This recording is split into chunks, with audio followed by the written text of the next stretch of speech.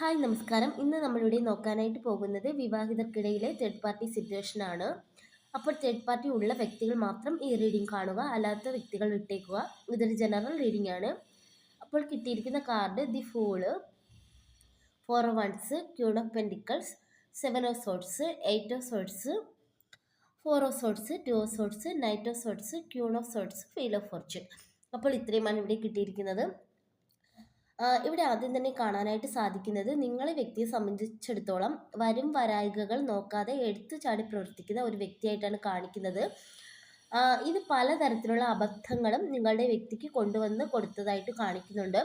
അതുപോലെ തന്നെ നിങ്ങളെ സംബന്ധിച്ചിടത്തോളം ഇവിടെ കാണാനായിട്ട് സാധിക്കുന്നത്, നിങ്ങൾ നല്ലൊരു വ്യക്തിയാണെന്നാണ് കാണുന്നത്. അതായത് മറ്റുള്ളവരെ പരിപാലിക്കുന്ന, മറ്റുള്ളവരോട് വളരെയധികം സ്നേഹമുള്ള ഒരു വ്യക്തിയായിട്ടാണ് നിങ്ങളെ ഇവിടെ കാണിക്കുന്നത്. അതുപോലെ തന്നെ ഈ ഒരു വ്യക്തിയെയും ഈ ഒരു വ്യക്തിയുടെ കുടുംബത്തെയും നിങ്ങൾ വളരെയധികം സ്നേഹിക്കുകയും പരിപാലിക്കുകയും ചെയ്തതായിട്ട് ഇവിടെ കാണിക്കുന്നുണ്ട്.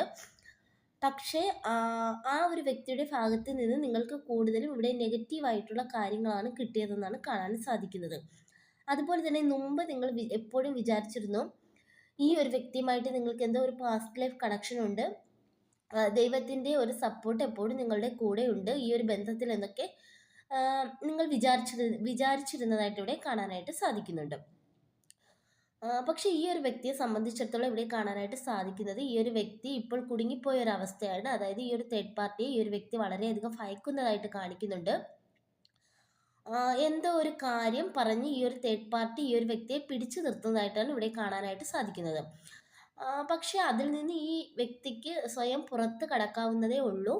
പക്ഷേ ഈ വ്യക്തിക്ക് ഭയമാണെന്നാണ് കാണിക്കുന്നത്. അതായത് അതിൽ നിന്ന് പുറത്ത് കടക്കാൻ വയ്യാതെ ചുറ്റുമുള്ള കാര്യങ്ങൾ കൂടുതൽ നോക്കിക്കാണാതെ കണ്ണ് മൂടപ്പെട്ട ഒരവസ്ഥയിൽ ഈ വ്യക്തി ഇരിക്കുന്നതായിട്ടാണ് കാണിക്കുന്നത്. പക്ഷേ ഈ വ്യക്തിക്ക് അതിൽ നിന്ന് തീർച്ചയായിട്ടും പുറത്ത് കടക്കാവുന്നതേ ഉള്ളൂ എന്ന് തന്നെയാണ് ഇവിടെ കാണാനായിട്ട് സാധിക്കുന്നത്. അതുപോലെ തന്നെ നിങ്ങളെ സംബന്ധിച്ചിടത്തോളം നിങ്ങൾ ഈ ഒരു സമയത്ത് വളരെയധികം പ്രാർത്ഥിക്കുന്നതായിട്ടും മെഡിറ്റേഷനൊക്കെ ചെയ്യുന്നതായിട്ട് കാണിക്കുന്നുണ്ട്. അത് നിങ്ങൾക്ക് വളരെയധികം ആശ്വാസം തരുന്നതായിട്ടാണ് കാണിക്കുന്നത്. അതുപോലെ തന്നെ നിങ്ങൾ ചില സമയത്ത് ചിന്തിക്കുന്നതായിട്ടും കാണിക്കുന്നുണ്ട്. ഇനി മുന്നോട്ട് പോകണോ വേണ്ടയോ എന്നൊക്കെ നിങ്ങൾ ചിന്തിക്കുന്നതായിട്ട് കാണിക്കുന്നുണ്ട്. പക്ഷേ ഈ ഒരു സമയത്ത് യൂണിവേഴ്സിന് നിങ്ങളോട് പറയാനായിട്ടുള്ളത്, നിങ്ങൾ കുറച്ചുകൂടി വെയിറ്റ് ചെയ്യുക എന്നുള്ളതാണ്. കാരണം എന്തോ ഒരു കാര്യം ഇവിടെ എൻഡ് ആവാൻ പോകുന്നതായിട്ട് കാണിക്കുന്നുണ്ട്. അപ്പോൾ ഒന്ന് വെയിറ്റ് ചെയ്യുക എന്നിവിടെ പറയുന്നുണ്ട്. അതുപോലെ തന്നെ നിങ്ങൾ നിങ്ങളുടെ ലക്ഷ്യം ഒന്ന് മാറ്റി പിടിക്കുക എന്നും ഇവിടെ പറയുന്നുണ്ട്. അതായത് ഇപ്പോൾ നിങ്ങൾ ഈ വ്യക്തിയെക്കുറിച്ച് കൂടുതൽ ചിന്തിക്കാതെ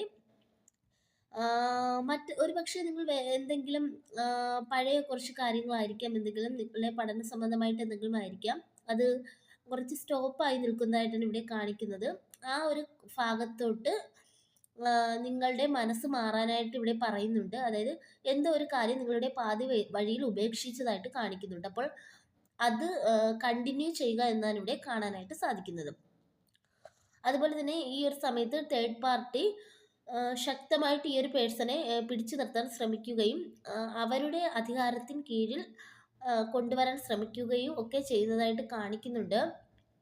ഈ ഒരു പേഴ്സൺ വളരെയധികം തേർഡ് പാർട്ടിയെ ഭയപ്പെട്ട് നിൽക്കുന്നതായിട്ടാണ് ഇവിടെ കാണിക്കുന്നത്. പക്ഷേ ഇവിടെ കാണാനായിട്ട് സാധിക്കുന്നത്, തീർച്ചയായിട്ടും ഇതൊരു എൻഡിങ് ആണ്. കാരണം കാലചക്രം തിരിയുന്നതായിട്ട് കാണിക്കുന്നുണ്ട്.